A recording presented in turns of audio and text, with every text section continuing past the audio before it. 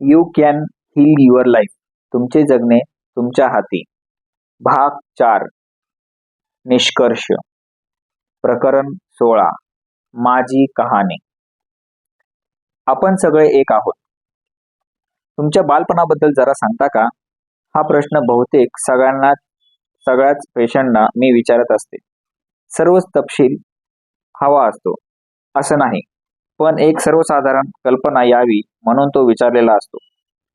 त्यांच्या आजच्या प्रॉब्लेमची सुरुवात खूप वर्षापूर्वी तयार झालेल्या विचार प्रक्रियेतून झालेली असते.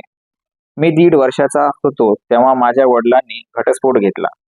त्याचं मला काहीच वाटलं नाही, पण मला ती पाळणाघरात ठेवून कामाला निघून गेली तेव्हा मात्र मी प्रचंड घाबरले. नंतर मला असं कळलं की मी सतत 3 दिवस अखंड रडत होतो. पाळणाघरातल्या माणसांना मला सांभाळणं अशक्य झालं. शेवटी माझ्या आईनं मला तिथून उचलून माझी दुसरीकडे व्यवस्था केली. तिनं एकटीनं सगळं कसं सांभाळलं असेल याचं मला आजही आठवलं तरी आश्चर्य वाटतं. आणखीन हेही आठवतं की मला गरज होती तेवढं प्रेम आणि संगोपन मला कधीच मिळालं नाही. माझ्या वडिलांवर माझ्या आईचं खरोखर प्रेम होतं का एक आसरा हवा म्हणून तडजोड केली होती हे मला कधीच समजलं नाही. पण तो काही चांगला निर्णय नव्हता. माझे वडील अत्यंत कडक शिस्तीत वाढलेले असल्यामुळे ते आमच्याशी सुद्धा अतिशय कठोरपणे वागायचे.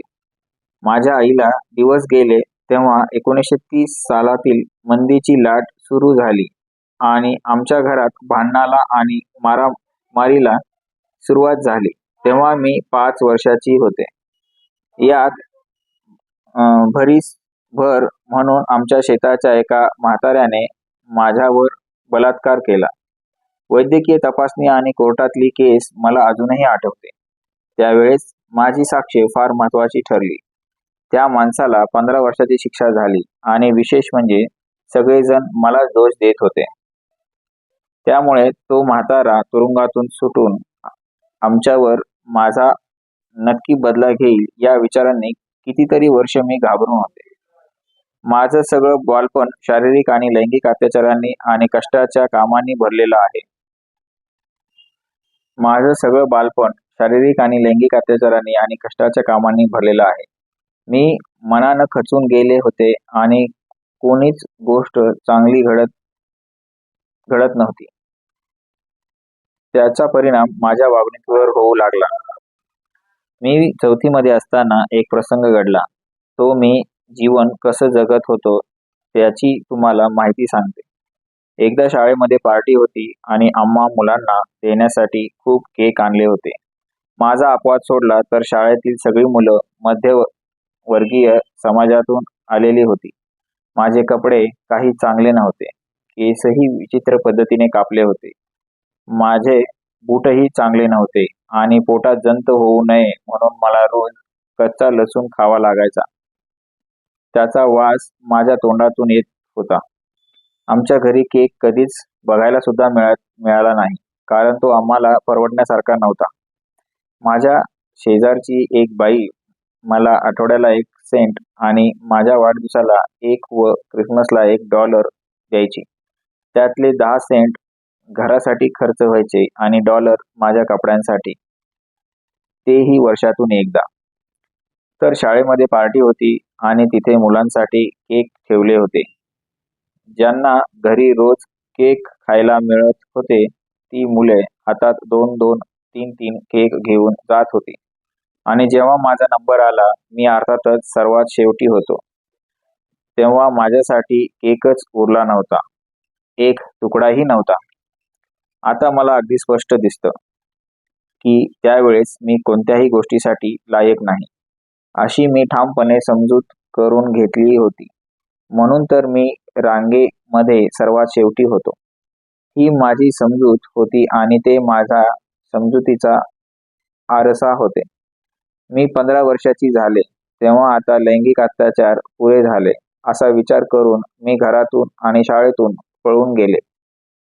मला एका हॉटेलमध्ये वेटरची नोकरी मिळाली. ती मी घरी जेवढी कष्ट उपसले होते त्यापेक्षा कितीतरी कमी कष्टाची होती. मी प्रेमाची भुकेलेली होती. मला सहानुभूतीची गरज होती आणि मी मनाने अत्यंत खचून गेले होते. त्यामुळे माझ्याशी जो कोणी चांगला वागत होता त्याला मी माझं शरीर स्वेच्छेने अर्पण करीत होते आणि वयाच्या 16व्या वर्षी मी एका मुलीला जन्म दिला. तिला सांभाळणं अशक्यच होतं, म्हणून मी तिला एखादं चांगलं घर मिळावं यासाठी प्रयत्न सुरू केला. एका जोडप्याने तिला दत्तक घेतले. गरोदरपणाच्या शेवटच्या 4 महिन्यात त्या जोडप्याने मला ठेवून घेतलं होतं आणि डिलिव्हरीसाठी मी जेव्हा हॉस्पिटलमध्ये गेले तेव्हा माझी मुलगी मी त्याच्या नावावर करून दिली. अशा परिस्थितीत मला मातृत्वाचं सुख कधीच मिळालं नाही. मिळालं ते हरवलेलं पण, अपराधीपणा आणि शरम. नंतर मला या शरमेच्या अवस्थेतून लवकरात लवकर बाहेर पडायला हवे होते. माझ्या मुलीच्या पायाचा अंगठा खूप मोठा होता, एवढंच मला आठवतंय. माझाही अंगठा अगदी तसाच असामान्य होता. मला ती कधी भेटली तर तिच्या अंगठ्यावरून तिला ओळखेन. ती 5 दिवसांची होती तेव्हा मी तिला सोडून गेले. मी लगेच माझ्या घरी गेले. माझी आई तिथं अजूनही अन्याय सहन करत जगत होती. मी तिला म्हणाले, आई तुला आता इथं राहायची काही गरज नाही. मी तुला न्यायला आले आहे. ती आली माझ्याबरोबर 10 वर्षांच्या माझ्या धाकट्या बहिणीला सोडून. ती डॅडीची लाडकी होती म्हणून तिथंच राहिली. आईला मी एका हॉटेलमध्ये मोलकरणीची नोकरी मिळवून दिली. तिला एक खोली पण घेऊन दिली. तिथं ती आता स्वतंत्र आणि आरामात राहू शकत होती. माझी जबाबदारी पार पडली असे समजून मी शिकागोला माझ्या मैत्रिणीबरोबर निघून गेले आणि 30 वर्षात कधी परत आले नाही.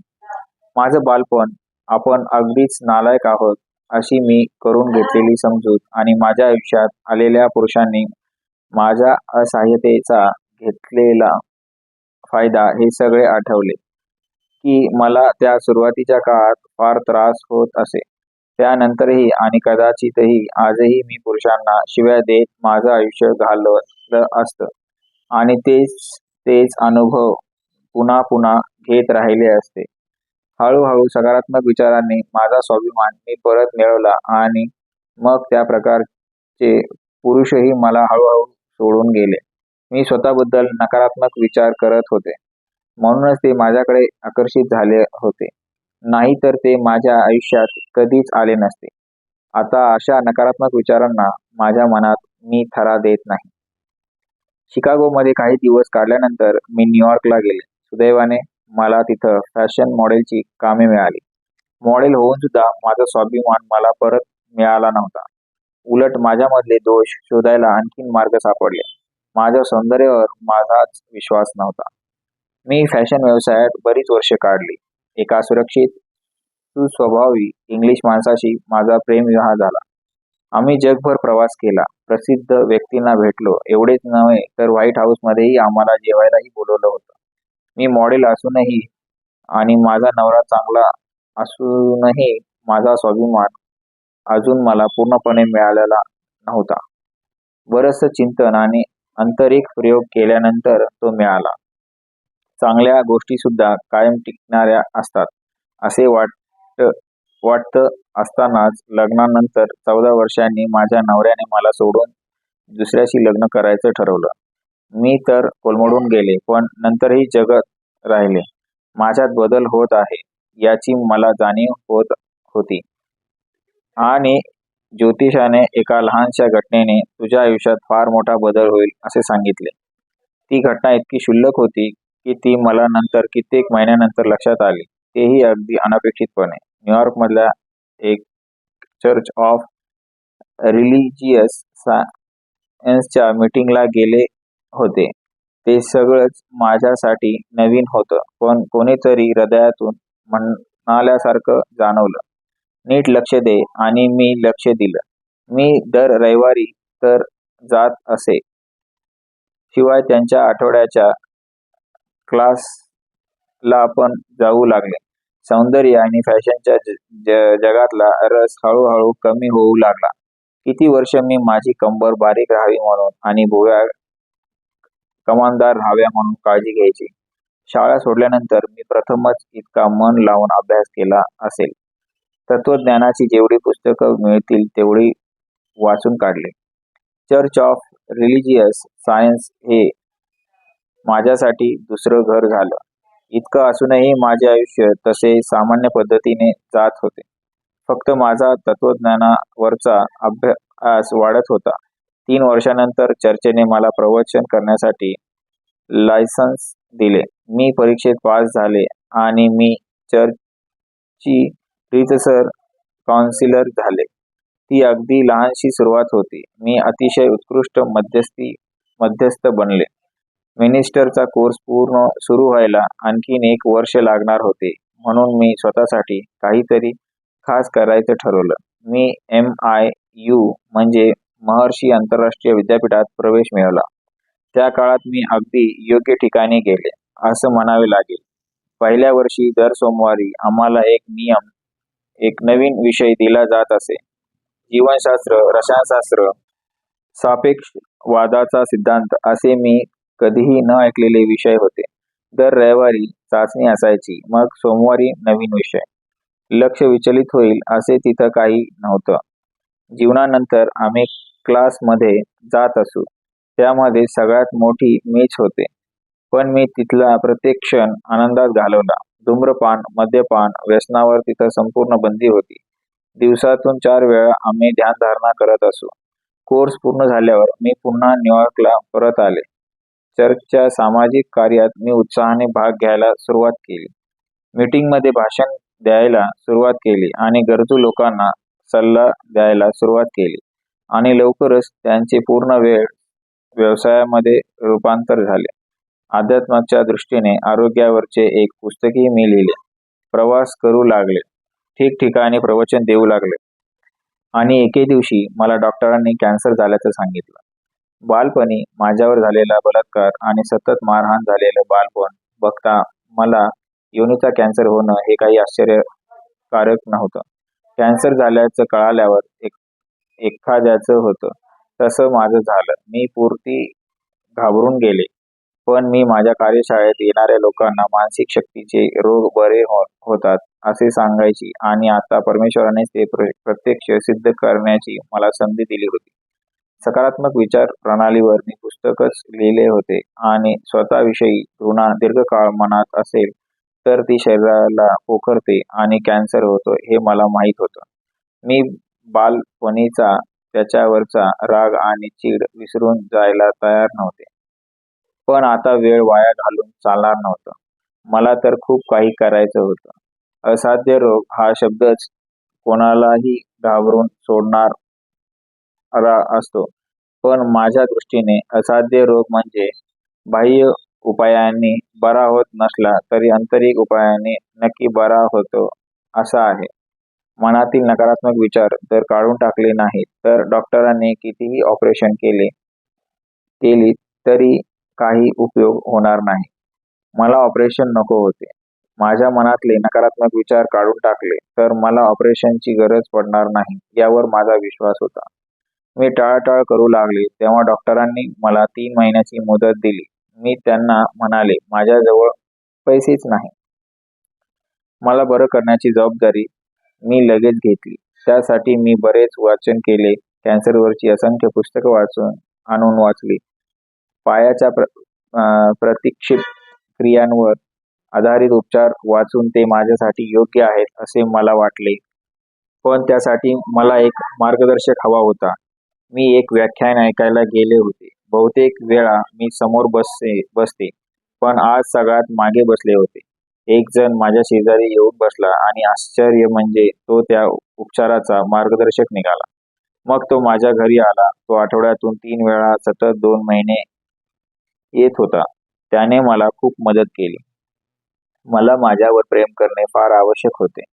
लहानपणी ते मला कधीच मिळाले नाही आणि स्वतःवर प्रेम करण्याची संधी सुद्धा कोणी मला दिली नाही. इतरांप्रमाणे मी सुद्धा मला सतत नाव ठेवत होते, दूषण देत होते. ते मला विसरायचं होतं पण काही कारणांनी सतत टाळत होते. पण आता मात्र टाळणे अशक्य होते. आरशासमोर उभे राहून लुईस, मी तुझ्यावर प्रेम करते, खरंच प्रेम करते असं म्हणणं मला सुरुवातीला फार कठीण गेलं. पण मी तो प्रयोग सातत्याने चालू ठेवला. त्यामुळे आणि इतर उपायांनी माझ्यामध्ये सुधारणा दिसायला लागली. लहानपणापासून स्वतःबद्दल बाळगलेली घृणा मला काढून टाकायची होते. स्वतःला दोष द्यायची सवय सोडून देणं फार आवश्यक होतं. लहानपणी माझ्यावर मानसिक, शारीरिक आणि लैंगिक अत्याचार फार झाले होते, पण त्याला आता खूप वर्षे झाली. तो त्रास मी आता सहन करण्यात काहीच अर्थ नव्हता. मी स्वतःला आणि दुसऱ्याला माफ करू शकत नव्हते. म्हणूनच माझे शरीर त्या विचारांनी पोखरून टाकत होते. त्या घटनेच्या पलीकडे जाऊन ती घटना ज्याच्यामुळे घडली त्यांना समजून घेण्याची वेळ आता आली होती. तज्ज्ञांच्या मदतीने माझा सगळा कोंडलेला राग उषावर ठोसे मारून आणि एकांतात बेंबीपासून ओढून बाहेर काढला. त्यामुळे माझं मन स्वच्छ झालं. मग मी माझ्या आई वडिलांच्या बालपणीच्या आठवणीचे तुकडे जसे मिळाले तसे एकत्रित जोडले. त्यामुळे त्यांच्या जीवनाकडे मला व्यापक दृष्टीने बघता आले. माझी समजून घेण्याची प्रवृत्ती वाढल्यामुळे आणि परिपक्व वयामुळे त्यांनी जे भोगलं त्याबद्दल मला त्याची दया येऊ लागली आणि हळूहळू त्यांना दोषी ठरवण्याची माझी प्रवृत्ती कमी होऊ लागली. याच सोबत मी एका आहार तज्ज्ञाच्या मदतीने माझ्या शरीरात फास्ट फूडमुळे निर्माण झालेली विषारी द्रव्ये काढून टाकायला सुरुवात केली. या विषारी द्रव्यामुळे मनही विषारी होत असते. माझा आहार आता अगदी तोलून मापून सुरू झाला. केवळ हिरव्या पाल्या भाज्याशिवाय दुसरे काही नाही. एका आठवड्यात तज्ज्ञांचाही काही महिने सल्ला घेतला. मी ऑपरेशन केले नाही. शिवाय माझ्या शारीरिक आणि मानसिक स्थितीमुळे 6 महिन्यानंतर डॉक्टरांनी मला तपासले. तेव्हा त्यांना कॅन्सरची पुष्टाशी खुणा सुद्धा दिसली नाही. माझा कॅन्सर बरा झाला होता. आता मी माझ्या अनुभवावरून सांगू शकते की विचारांमध्ये आणि आचरणामध्ये बदल केला तर कोणताही रोग, अगदी कॅन्सर सुद्धा बरा होऊ शकतो. कधी कधी जीवनात आलेले मोठे संकट खूप चांगलं घडवून आणू शकतं. हे मी माझ्या अनुभवावरून सांगते. मला यामुळे जीवनाची खरी किंमत कळाली. माझ्या जीवनात महत्त्वाचे काय हे मला कळालं आणि मी झाड नसलेल्या त्या न्यूयॉर्कमधून बाहेर पडले. माझे काही पेशंट म्हणाले, तू आम्हाला सोडून गेलीस तर आमचं कसं होणार? तेव्हा मी म्हणाले, मी वर्षातून 2 वेळा तुम्हाला भेटायला येईन आणि फोनद्वारे संपर्क साधता येतोच की. आणि नंतर मी कॅलिफोर्नियाला गेले. माझा जन्म इथे झाला असला तरी आता आज माझ्या आई आणि बहिणीशिवाय माझं इथं ओळखीचं कोणी नव्हतं. या दोघी सुद्धा शहरापासून जरा लांबच राहतात आणि आमचे अगदी जवळचे आणि जिव्हाळ्याचे संबंध कधीच नव्हते. तरीही माझी आई बऱ्याच वर्षापासून आंधळी आहे हे मला कोणी सांगितलेलं नाही. माझ्या बहिणीला मला भेटायला वेळच नव्हता म्हणे. मी तिला तशीच राहू दिली आणि मी माझ्या नवीन आयुष्याला सुरुवात केली. शारीरिक व्याधी तुम्हीच बऱ्या करा या माझ्या पुस्तकाने मला संधीची अनेक दारे उघडून दिली. मी एका नव्या पद्धतीचा अवलंब केला. माझी ओळख करून देताना मी प्रत्येकाला माझं हे पुस्तक भेट म्हणून देत असते.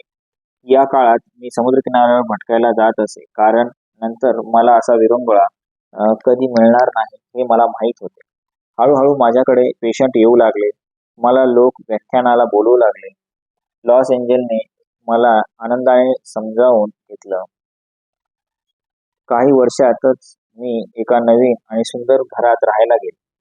माझ्या आधीच्या जीवनापेक्षा हे जीवन फार वेगळं होतं. एक फार मोठी उडीच होती म्हणा ना. सगळं काही सुरळीत चाललं होतं. आपलं आयुष्य किती पटकन बदलू शकत नाही. एखादी रात्र मला बहिणीचा फोन आला. 2 वर्षात पहिल्यांदाच तिने मला फोन केला होता. तिने सांगितलं की आपली आंधळी आई आता 90 वर्षाची झाली आहे. तिला आता ऐकूही येत नाही आणि एवढ्यात ती पाय पसरून पडली आणि तिच्या मणक्याला फ्रॅक्चर झाले. अतिशय धीरोदत्त आणि स्वतंत्र असलेली माझी आई एका क्षणात वेदनेने तळमळणारी लहान मुलगी झाली. तिचं स्वतःची पाठ तर मोडून घेतली होतीच, पण त्यामुळे तिचं माझ्या आणि बहिणीमधल्या अंतरही मोडीत काढलं होतं. आम्ही एकमेकांना भेटू लागलो.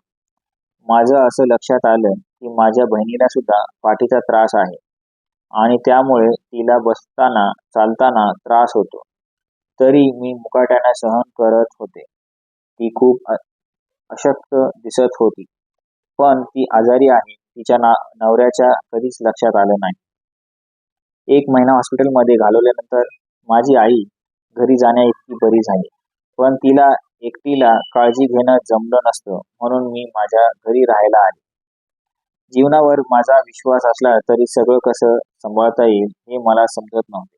मग मी परमेश्वराला म्हणाले, ठीक आहे, मी माझ्या आईची काळजी घेईन, पण तू मला मदत करायला हवीस आणि पैसेही द्यायला हवे. आम्हा दोघांना बरीच तडजोड करावी लागली.